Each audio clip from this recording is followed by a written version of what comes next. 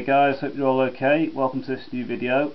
And for this video today I decided to show all my poor Naschy collection.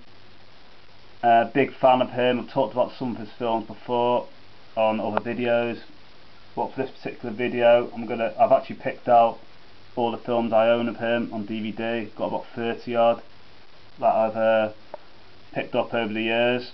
Like I say, massive fan of him. For me, he's an absolute horror legend. The 70s and 80s, he made so many classics, in my opinion. Great horror films, great exploitation films. Just in case anyone watching this isn't familiar with him, well, he was Spanish, and he was a mainly actor, but also directed some of his work, and he wrote a lot of them too. So he was a really talented guy. Rate him highly. So the first ones I'm going to show are the werewolf films I own of him, and that was the character he was most famous for. So here we go. First one I've got is Frankenstein's Bloody Terror. Debut werewolf film.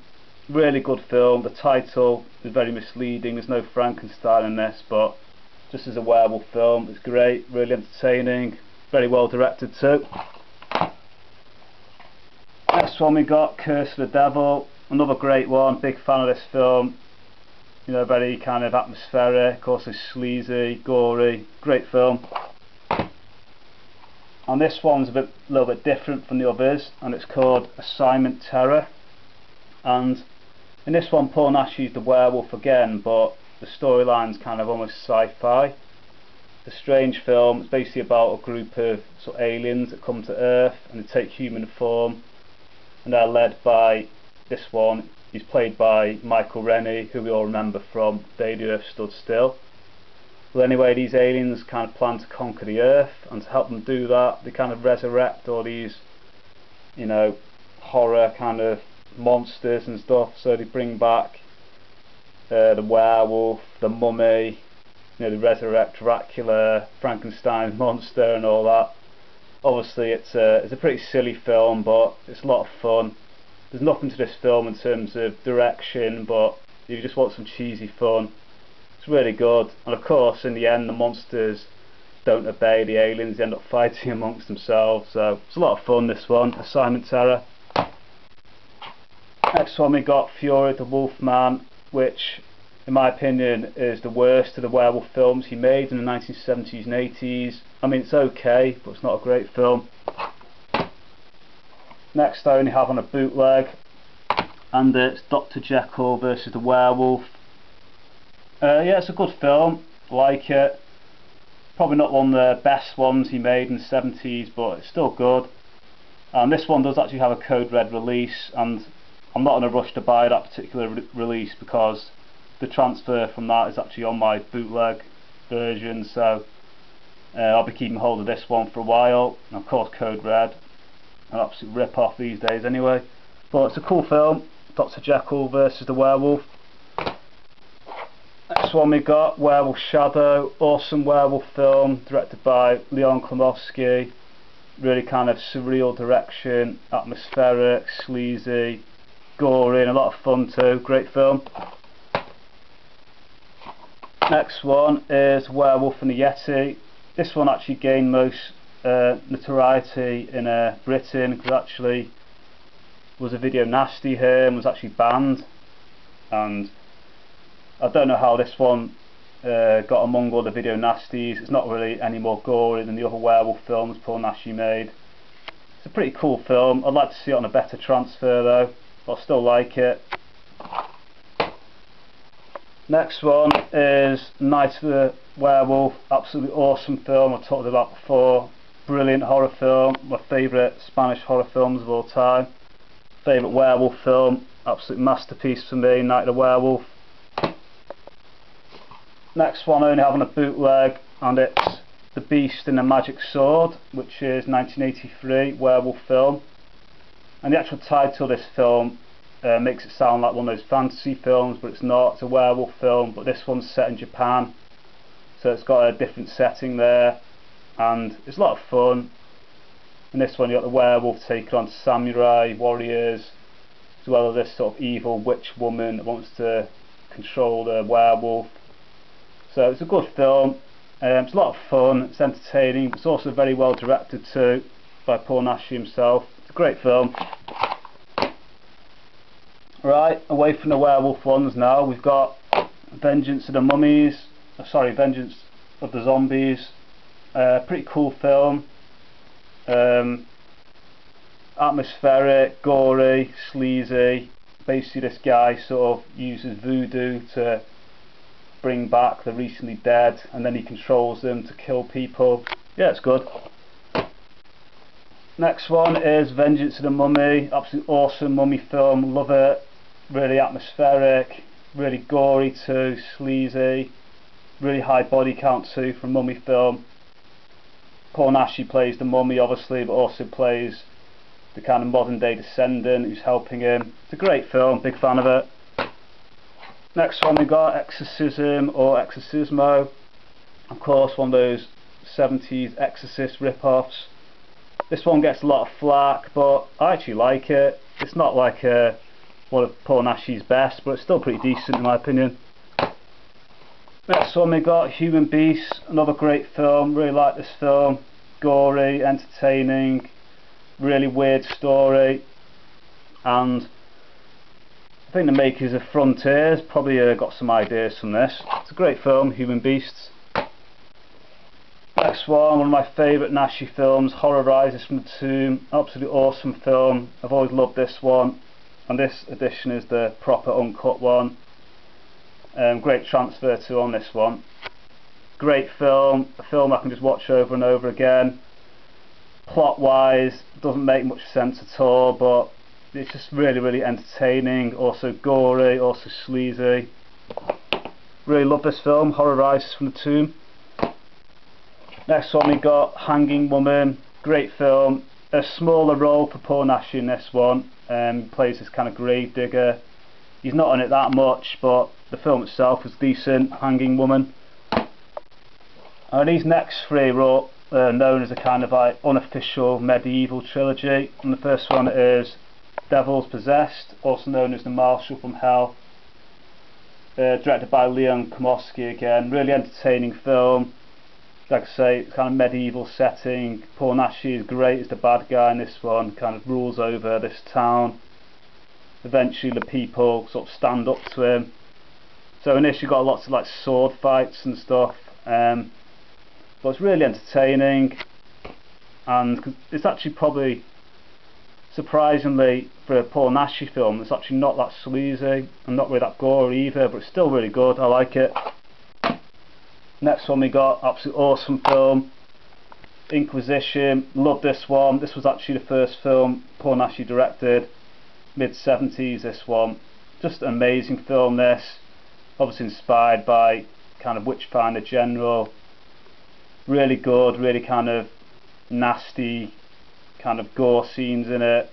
Paul Naschy, this sort of witch hunter, comes to this village, basically people are tortured for being witches and that. Really good film, really well directed, really entertaining, and Paul Naschy actually plays the devil in this one as well, in a kind of dream sequence. Really good film, love it, Inquisition. And the last one of this sort of medieval trilogy is The Traveller. Great front cover there. Yeah, another really good film. Really like this one. Basically Paul Naschy in this one actually plays the devil in sort of human. He comes to Earth, takes human form. He kind of starts off poor. He kind of like lies, cheats, murders his way up to kind of being like a nobleman. Really good film. Really like it. Great stuff. The Traveller. Another one directed by Paul Naschy as well. Next one we got Hunchback of the Morgue. Another one I really love. Great film. Really entertaining. Naschy is great in this as the Hunchback. Really gory, great deaths. Really good film, love it. Right, next one we've got The People Who Own the Dark. Another great film, sort of apocalyptic type film I suppose. Basically starts off with a group of sort of rich people who are about to sort of have this orgy in this kind of like underground kind of crypt of this sort of big villa type place, and whilst they're sort of partying away, you hear this loud noise, and they basically discover there's been like a nuclear explosion, and basically all the people outside in the town have all become blind. And when poor Naschy and the group sort of venture out to town to get supplies and stuff, they kill a couple of the blind people, and then the blind people start going after them, and it's like sort of Night of the Living Dead. They're sort of breaking into the house trying to kill them and that. It's a really good film, People Who Own the Dark. Right, next one we've got, only on bootleg, and this one is The Frenchman's Garden. Absolutely awesome film again. I mean, this film a lot of people haven't heard of, but it's an absolutely amazing film, believe me. Desperately needs a better release. And in this one, Paul Naschy is the Frenchman. He kind of runs this sort of seedy sort of inn, which doubles as like a whorehouse and also as a gambling den. And Paul Naschy, he's got a wife, but he's sort of having affairs with various prostitutes and that. And in one scene, he sort of forces one of the prostitutes to have this kind of abortion, where this sort of woman with this big needle sort of carries out this abortion, which is a pretty shocking scene, but it's a really good, creepy, well-directed scene. And the film itself is great. You know, Paul Naschy decides to sort of rob and kill the people who've won money there gambling, so he can get the money for himself. And it's just a really good character study. It's like a period set serial killer film, really. I can't recommend it enough, to be honest. It's a great film, really good character study, like I say, and there's a lot of depth to this film too, about class, you know, that type of thing. Really good film, Frenchman's Garden. Right, next one we've got Howl of the Devil, mid-80s horror film. Cool film again too. This one's got Carolyn Munro in it. Paul Naschy plays loads and loads of different roles in this film. Really good film, Howl of the Devil. Next one is Count Dracula's Great Love. I like this film, but it's badly let down by the really bad dubbing. Really lets it down, and also this particular release has an absolutely terrible transfer, so I'd really love to see this in proper English subtitles and a better transfer. Right, so next let's show the Giallo films he made. Some have talked about these before. Blue Eyes of the Broken Doll, absolute masterpiece, Giallo, love it. Also Dragonfly for Each Corpse, amazing film. Next we've got The Killer is One of 13, another great Giallo in my opinion, love this film.